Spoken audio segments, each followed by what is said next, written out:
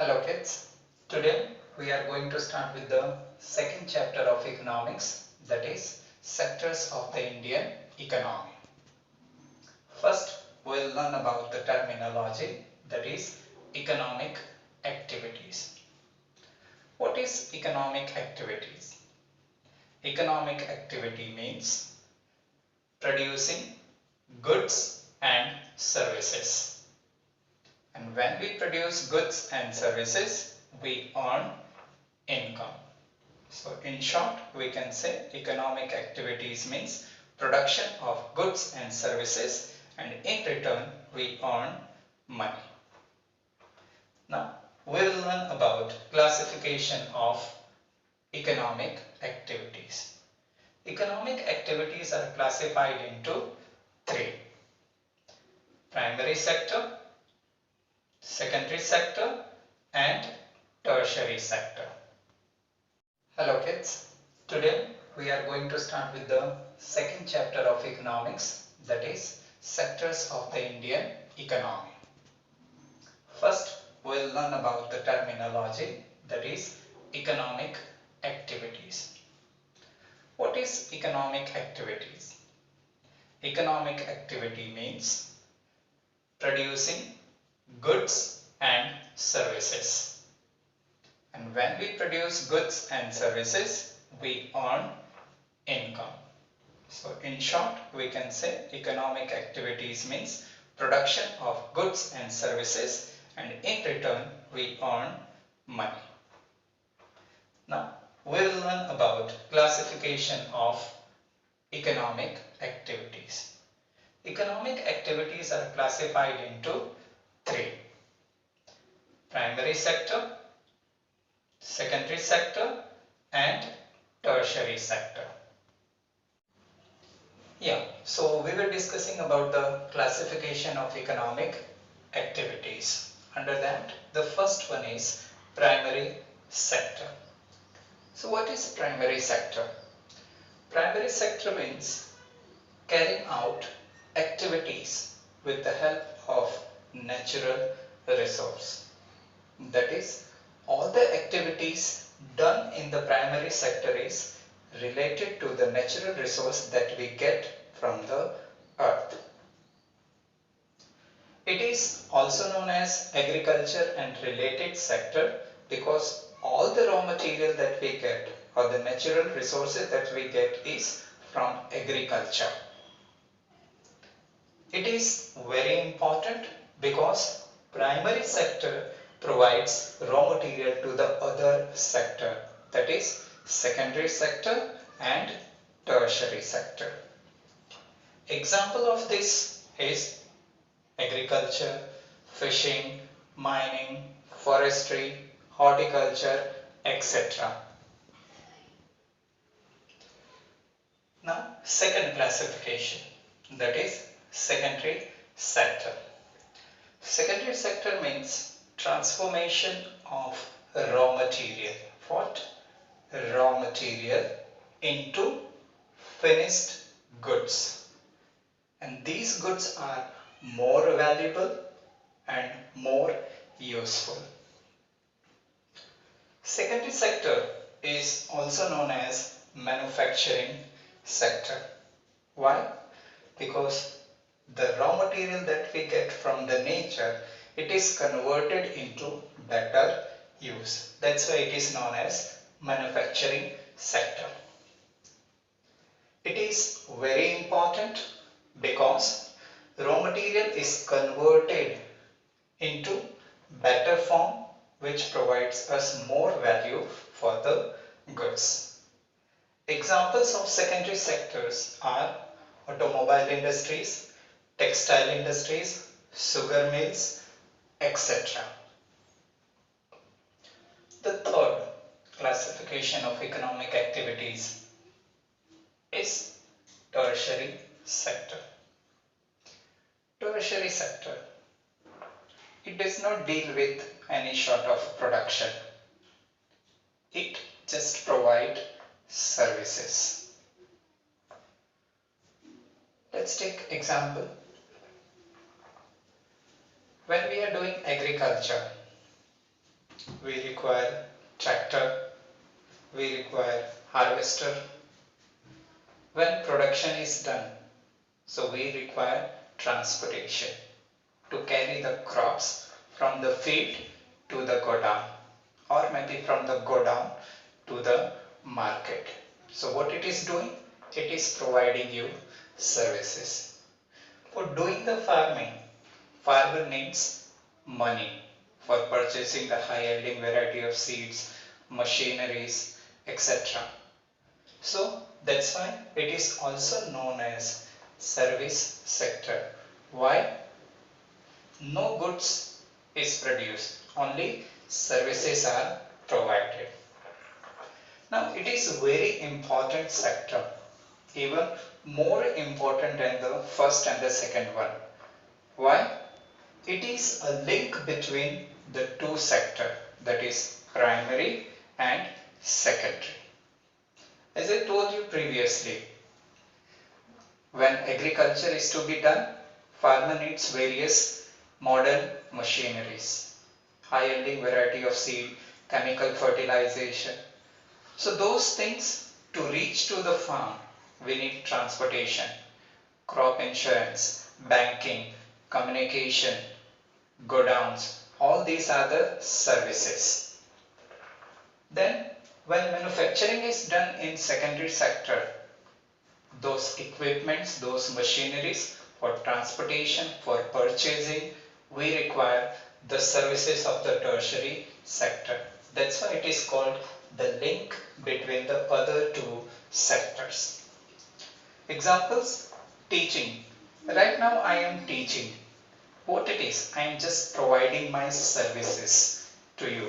And in return, what you are doing? You pay fees to the school, and in return we get the salary. Banking. What is done by the banks? They just provide the service. The depositors comes, they deposit the money. The withdrawer comes, they withdraw the money. And in between, the difference between the two is the earning for the bank. So they are just providing you the service, nothing else. No production is taking place. Transportation, from your home to school, or from one city to another city, you are traveling very often. What is this? This is also example of service sector. You pay the money and you get the services. Now we are going to start with the new topic, that is how are sectors interdependent and interrelated to each other. It means all the three sectors that we have learned, primary, secondary and tertiary, all those three sectors are interdependent on each other and they are related with each other. Now how they are, that I am going to prove with the help of an example. Let's take an example. Cotton. Where is this cotton found? Cotton is grown in the field, that is the part of the primary sector. After the production is done, it is transported with the help of truck. The truck takes the cotton, that is the raw material, to the textile industry. At textile industry, the manufacturing takes place, and for doing so, they require money to purchase the raw material, for transportation, so that money they take it from the tertiary sector, that is from the bank. After the manufacturing is done, so the product is shirt, t-shirt, jeans, etc. Once again, with the help of the transportation, the manufactured good, that is more valued product that is produced, is again transported and it reaches to the market. In the market, the product are sold to the consumers like us. Again, how they get related? Raw material, use of second one, tertiary sector, that is transportation. For transportation, money is needed, so secondary sector gets dependent on the tertiary. Then tertiary, for providing the services, The products are coming either from the primary or from the secondary. Thus, all the three sectors, that is primary, secondary and tertiary, are related to each other. One important terminology that generally comes under this topic is intermediate goods. Intermediate goods are those goods which are needed to produce the final product. For example, take biscuit. To manufacture biscuit, the raw materials that we need is wheat. Wheat is converted into wheat flour. From wheat flour, it is sent either to the bakery or the biscuit company. There, they add various other ingredients and finally the biscuit is made. So, to make the biscuit, there are so many ingredients needed in that.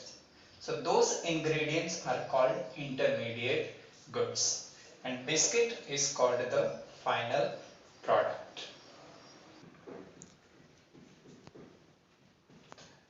So, now we are going to go for the another topic, that is how to count various goods and services and know the total production in each sector. Keep in mind, when we are studying about this, we only count the final product, as I told previously also. Okay, when we make the final product, all the values of the previous ingredients is included in that. Let's take example over here. Farmer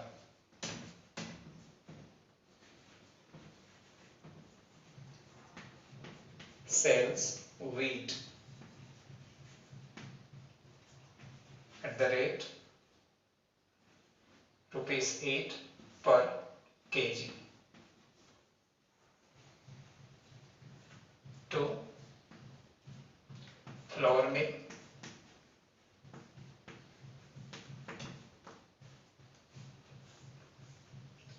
The flour mill, after grinding the wheat,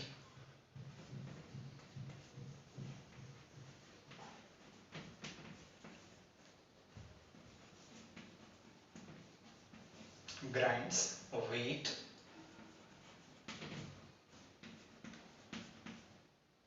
sells to, say, biscuit company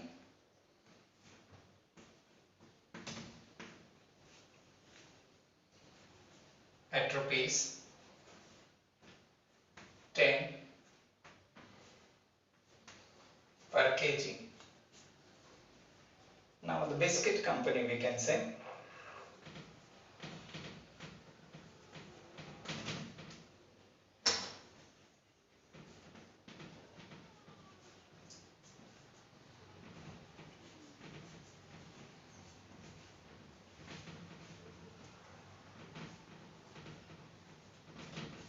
so biscuit company adds other ingredients or the items in this one, we can say cashew nut, oil, preservatives, and then bake, and finally the biscuit is made.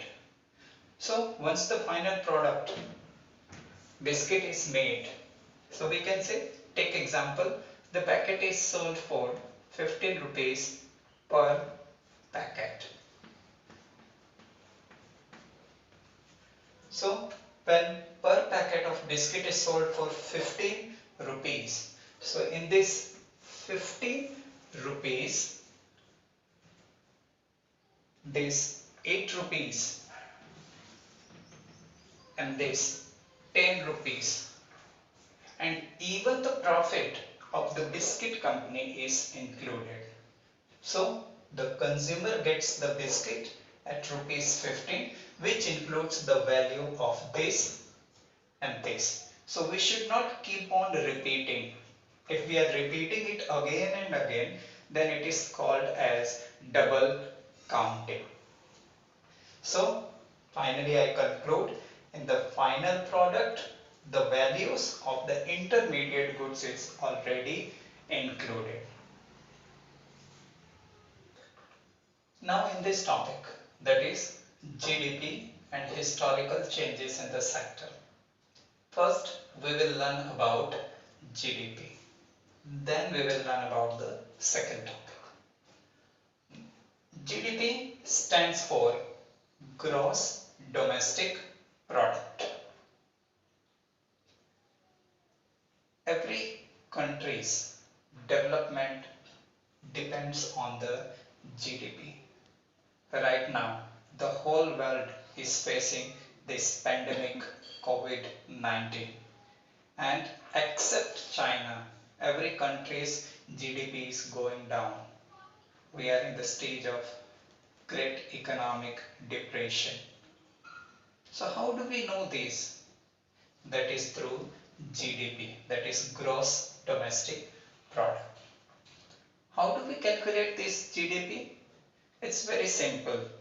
We calculate the GDP of the country by the sum total of all the three sectors, that is total value of the primary sector, secondary sector and tertiary sector. When we do the sum of all the three sectors, we get the GDP of a country. And this hectic work of calculating the GDP is done by our central government ministry, what we call it as finance ministry. Now we are going to learn about the second topic, that is historical changes in the three sectors. That is how there has been shift from primary sector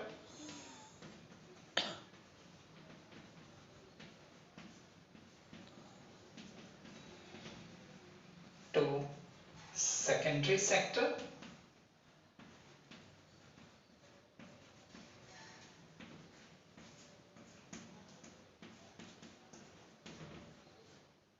and from that to tertiary sector.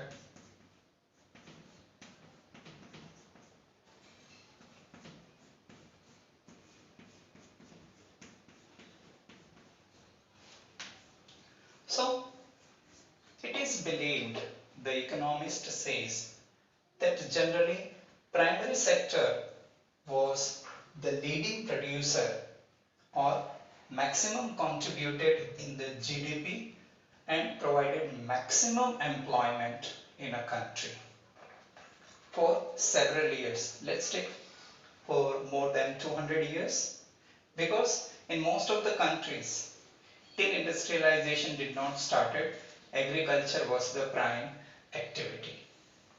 But as the time went on, industrialization started, more better equipments began, so modernization came in farming. Due to modernization, modern methods of techniques, tools, high yielding variety of seeds, chemical fertilizers were used in doing the agriculture. Finally, the production increased. And when the production increased, people slowly started shifting from primary sector to secondary sectors. So in short, we can say for 100 or 200 years, primary sector boomed the GDP and even in providing the employment.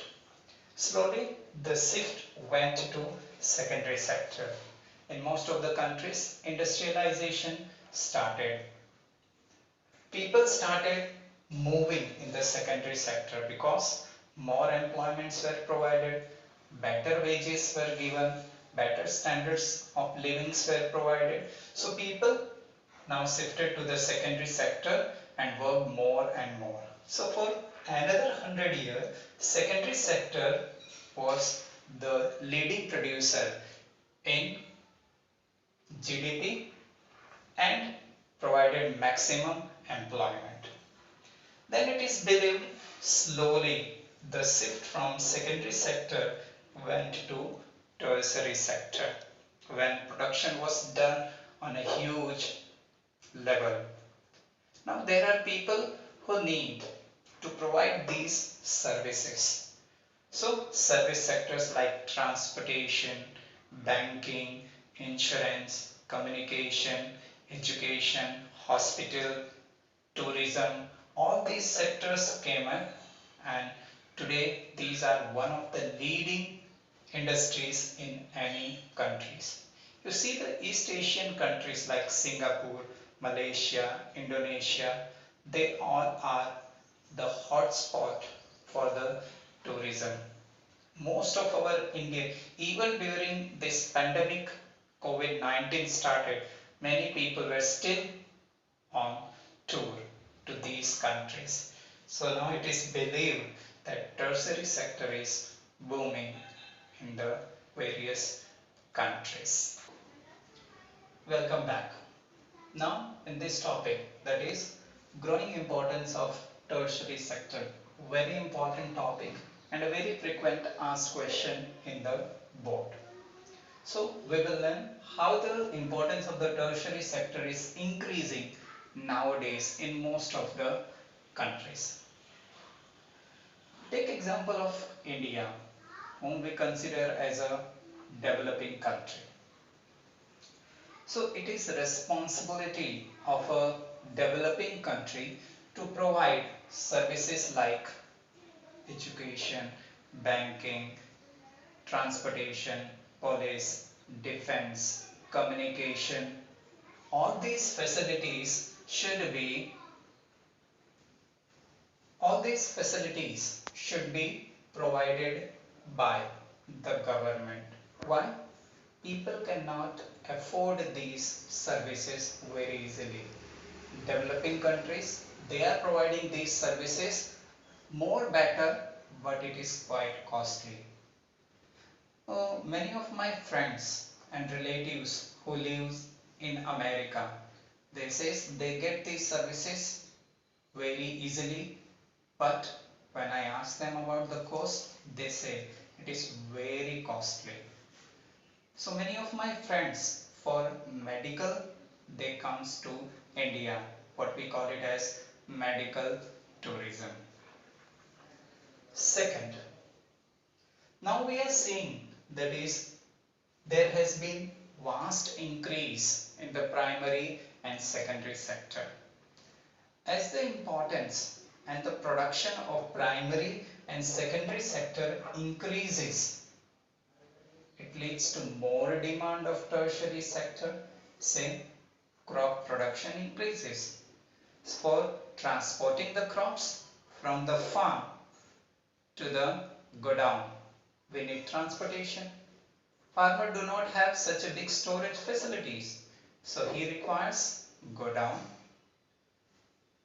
There are chances that his crops may get damaged, so for that he requires insurance. There are chances that those may be attacked by the enemies, so we need the security guard, or we can say the defense. So all these are provided by the tertiary sector. So we can say as the primary and secondary sector develops, the demand for the tertiary sector increases. Third point, due to the development of all the three sectors, income is increasing. So as the income increases, people's demand increases. Take example, our own life. When we were earning say 10,000, 20,000, what were our ideas? What were our thinkings? We were more conscious. We were conscious to save the money. Why? Earning was less. We were not spending money lavishly. But today, maybe you are earning 50,000 rupees, maybe 1 lakh rupees. So your earning increase. So very often I find my students with their family often visiting to the malls once in a month. Very often on Wednesdays when industries are not functioning due to the power cut. So generally for the dinner or the lunch, students are there in the various restaurants or the hotels for the dinner. Why? Because the income has increased. So the demand for eating outside, better schools, better coaching centers, best services has increased, and all the credit goes to income. And finally, if we see in the last 10 to 20 years, the world has become revolutionized. We all have started using the IT, information and technology. The teaching that I'm doing right now is the best example. Due to this COVID-19, we all are helpless. But thanks to this IT, because of this IT, though you are safe at your home, still our education, our teaching is not affected. Welcome back. Now we are going to learn about another topic, that is unemployment and types of unemployment. So first we will get clear with the terminology known as unemployment. What does unemployment mean? Very simple. It means when a person is willing to work, but unfortunately he is not in a position to get work, though he is ready to work at whatever the conditions or prevailing the wages are, but still unfortunately he is not getting the job. Such situation is known as unemployment. But keep in mind, when person is willing and not getting, then only. But when I provide you the job and you are not ready to do, it is not known as unemployment. Such type of situation is known as, we can say, educated unemployment. Such type of situation generally we find in cities. Say a graduate, what happens? When he gets a job of a peon or a clerk, he is not ready to accept it. Why? He feels it is beyond his dignity. So such graduates are unemployed in the city. Now we will learn about various types of unemployment. Under that, the first we have seasonal unemployment.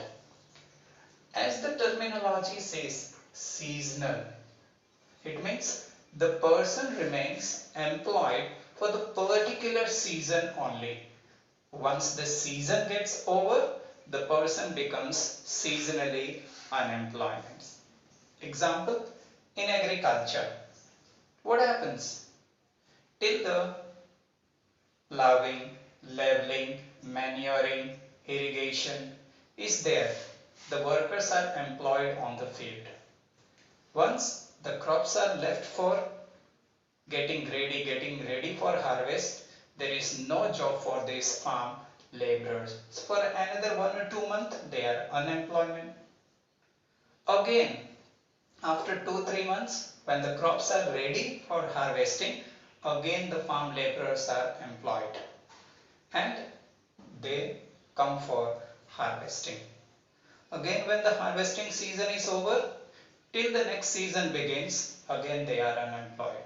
So what we conclude here, they are seasonally employed. Second one, disguised unemployment, or even this is known as under unemployed. What it means? Where more than needed people are employed. Again, take an example. On a field, say this is a field, say 10 hectare. On this field, two persons are working. When these two persons are working, output is same. Later on, three more persons join. We can say the family member joined to work on the same field. So now we have all together 5 members working on the field. We can see the work gets divided. Any person can say all the 5 members are working. But the reality is they seem like working, but these 3 persons who came later on, they do not make any difference in the total outputs. The output remains same what was at the time of these 2 persons. Now we are going to start with new topic, that is Manrega 2005. Manrega means Mahatma Gandhi National Rural Employment Guarantee Act. This act is also known as Right to Work. This scheme was launched by the government to provide 100 days guaranteed job to Indians. This scheme specially functions in weaker, or we can say backward districts of our country. The main objective behind this scheme was to provide 100 days guaranteed job to Indians. Now suppose the government fails to provide the job, then unemployment allowances are given to the people. At present, this scheme is implemented in 625 backward districts of our country, and it is sponsored by central government in various states of our country. Certain seats in these schemes are reserved for women and even for SC, ST and other backward classes. Now we are going to move with the next topic, that is division of sectors. Sectors are divided into two: organized sector and unorganized sector. Before we start comparing the both, we should know what are organized sectors and unorganized sectors. Organized sectors, we can say, are those sectors where there are rules and regulations, government norms are followed, and unorganized sectors, we can say, are those which generally do not have such norms, or they do not follow rules and regulations set up by the government. Now in exam this is very often asked, most probably every alternate years for 3 or 5 marks in the board it is asked. So we are going to learn in detail both the organizations. And here I have set certain parameters how very easily you can remember this topic. So let's begin. So parameter number 1, job security. So in organized sector we have job security, means once you get the job you have job security. They cannot throw you out of the job whenever they feel like. Generally we have the terms and conditions. For example, say for 3 months they will not throw you out, or even you cannot leave the job. From the both the side we are binding to each other. We have to give prior intimation of 3 months. Whereas in unorganized sector we don't have such job security. Second parameter, appointment letter. So the day when your job is confirmed, and organized sectors provide you job letter. It means your job is confirmed and you are the employee of that particular organization. No such appointment letter is provided. A person working in a shop, maybe a medical shop, do we find any sort of appointment letter? No. But being a teacher, I got an appointment letter. It's an organized sector. But yeah, again, all the schools are not organized sector. It depends on school to school. Third parameter, working hours. So if a person is working in an organized sector, organized sectors have limited working hours. Most probably government has set 6 to 8 hours, whereas in unorganized sectors we don't have such fixed working hours. On an average, everyone is working for 12 hours and it may extend also. Even many of my parents who are working as a manager, maybe a tile designer, every day they work for 12 hours. Talking about working conditions, so we find good working condition, that is it is spacious, ventilated, soundproof, healthy, hygiene. Whereas in unorganized sector we find poor working conditions. We move to the next one, paid leaves. So in organized sectors we have the paid leaves. Government holidays are there, weekly holidays are there. So such types of holidays or leaves are available in organized sector, whereas there are no such types of paid leaves in unorganized sectors. Then we come to overtime. Overtime means when your working hour is fixed. Take example, every day you have to work for 6 hours or say 8 hours. But someday you work for another 2 hours or 4 hours, say 10 hours. It means you have worked extra 4 hours. So you will be paid extra for those 4 hours. So we say okay, overtime is paid in organized sector, but no such overtime facilities are available in unorganized sector. Finally, the last parameter that we have, allowances. Okay, apart from all such facilities, even you get the allowances. That is, apart from salary, fixed salary that you get at the end of the month, there are the other benefits that also you get in this type of job. So what are those?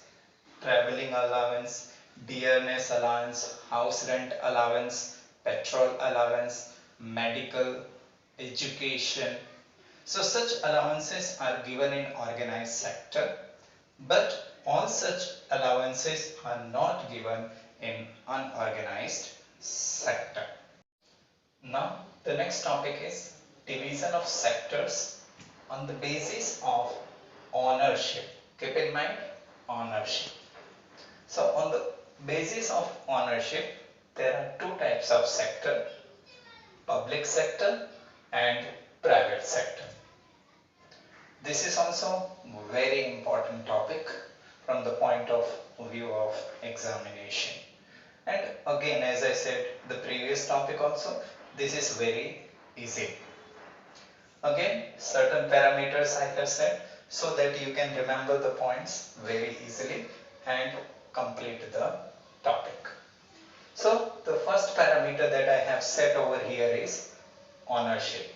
Okay, who is generally the owner of the public sector? So public sector is one which is owned by the government, run and managed both by the government. Whereas the private sector is one which is owned or run or managed by individual, or we can say group of individuals. Second parameter is aim, or we can say objectives. So as the word says public, so it is quite obvious that it is made for the development and the welfare of the society. See our schools, government schools, totally free education is given, or maybe minor fees is charged as we go higher. So it's for the welfare of the society. But when we talk about private sector, their main objective is to earn profit. No doubt even they work for welfare, but main objective is profit. Third parameter is decision making. So all the decision related to the public sector is taken by the government. Whereas on the other hand side, in private sector, decisions are taken by managers or the owners. Next one is job security. So in public sector, job security is more, or we can say 100%. We find many such examples in our day-to-day life. Okay, the person is a government servant, not working properly, people are complaining, but still, as person is sure, once I get the job, no one can throw me out of the job. So 100% job security is there. Here also we can say job security is there, but compared to public sector, it is less. Next parameter we have is source of income. So the source of income for the public sector is taxes that we pay. All the citizens of our country pays the various types of taxes. So the taxes that are collected, that is the main source of income for the public sector, and from those earning, the welfare work is carried out by the government. The source of income for the private sector is the shares and the debentures that are issued by the various companies in the beginning or time to time in between also. Finally, the last one, examples of public sectors. So we have the railways, Indian Railways, we have the post office, BSN, BSNL. Whereas on this side, we have numbers of private sectors like Bata, Reliance, Amway, etc. Now the next topic is how to protect workers in unorganized sector. This is one of the prominent problem faced in India today. So we have to seriously work on this, and government has to take serious steps to protect the workers. Even right now, when COVID-19 pandemic is going on, we see so many workers moving from one place to another where there is no transportation facilities. So they are moving without any transportation facilities. So let's see what step government can take. These are just suggestions, and many of them were points government is working also, but it depends on how strictly it is followed. So the first one we can say is Wage Act. No doubt government has made Wage Act, that is equal wages for equal work. So whatever numbers of hours you are working, for that there are certain parameters set by the government. Okay, take example, for the 6 hours or 8 hours, 300 or 500 rupees will be paid for the laborer. So if it is set, it should be strictly followed. Second one, minimum working hours. As we discussed previously also, okay, there should be numbers of hours set. That is limited one, which is ideal, we can say 6 to 8 hours. And if you are working more than that, then they should be paid over time. Next one is labor laws. Till MNC companies did not came in our country, that is before 1991, in our country labor laws were followed very strictly. But to attract these MNCs, we made lots of compromises in the labor laws, and today laborers are exploited in a different ways. So to protect them, once again the labor laws should be strictly followed.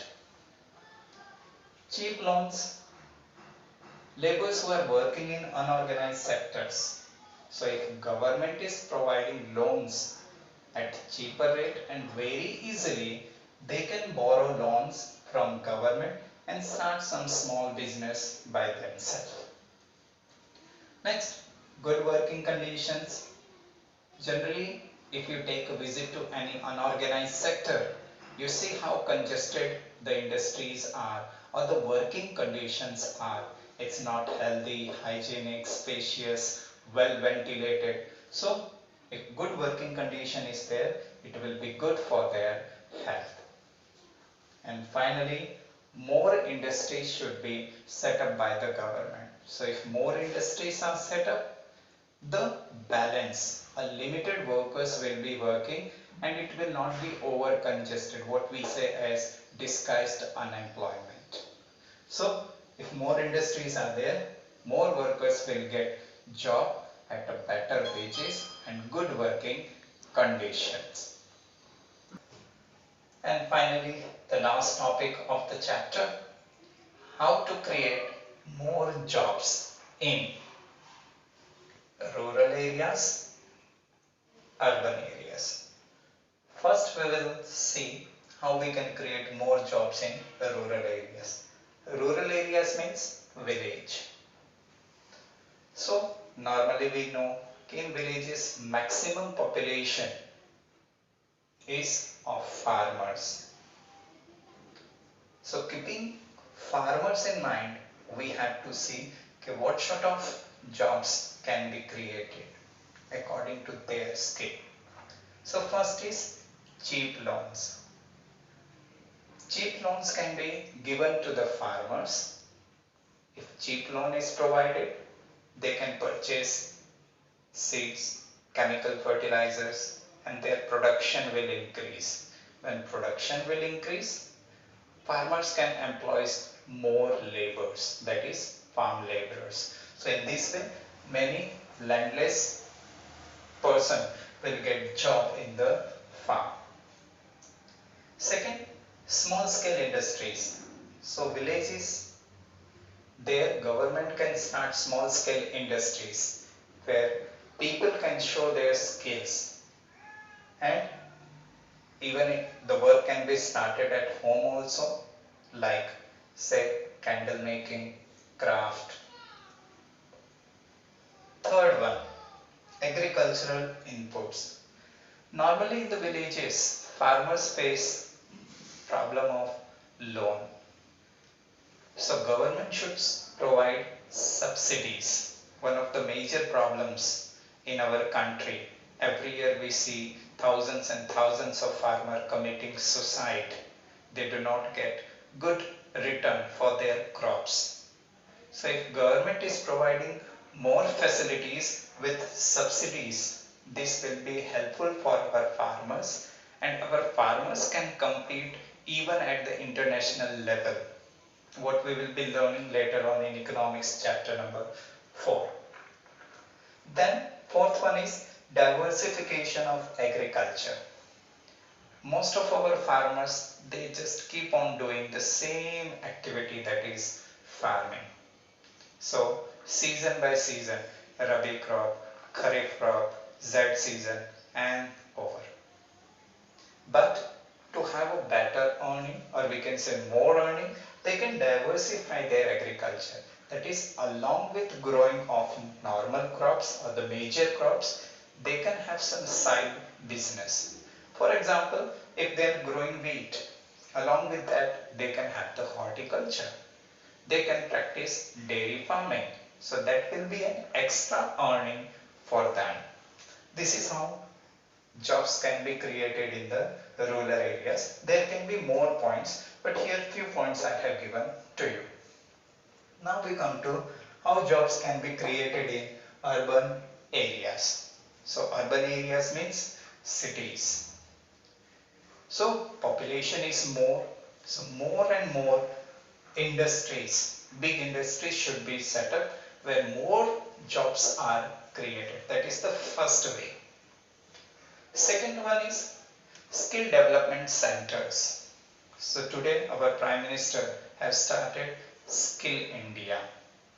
So for such types of skills we don't require high degrees, we need skills. So in every districts we have the ITIs where students learn after 10th or 12th various skills like plumber, electricians, mechanic, fitter. So they have the skills, and with that skills they are charging a lot. Take an example. After doing engineering, are you repairing your fan? No, you call for an electrician. And once the electrician comes, just for a visit, he is charging 50 rupees to 100 rupees just for a visit. Whatever extra charges will be different. A person who comes to repair your washing machine, on an average 250 to 300 rupees is his visit. And apart from that, whatever the repairment is done, that is extra.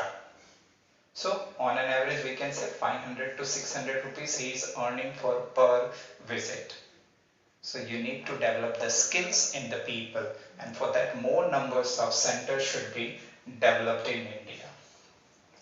Next, our country is blessed with various communities who have very good business mind.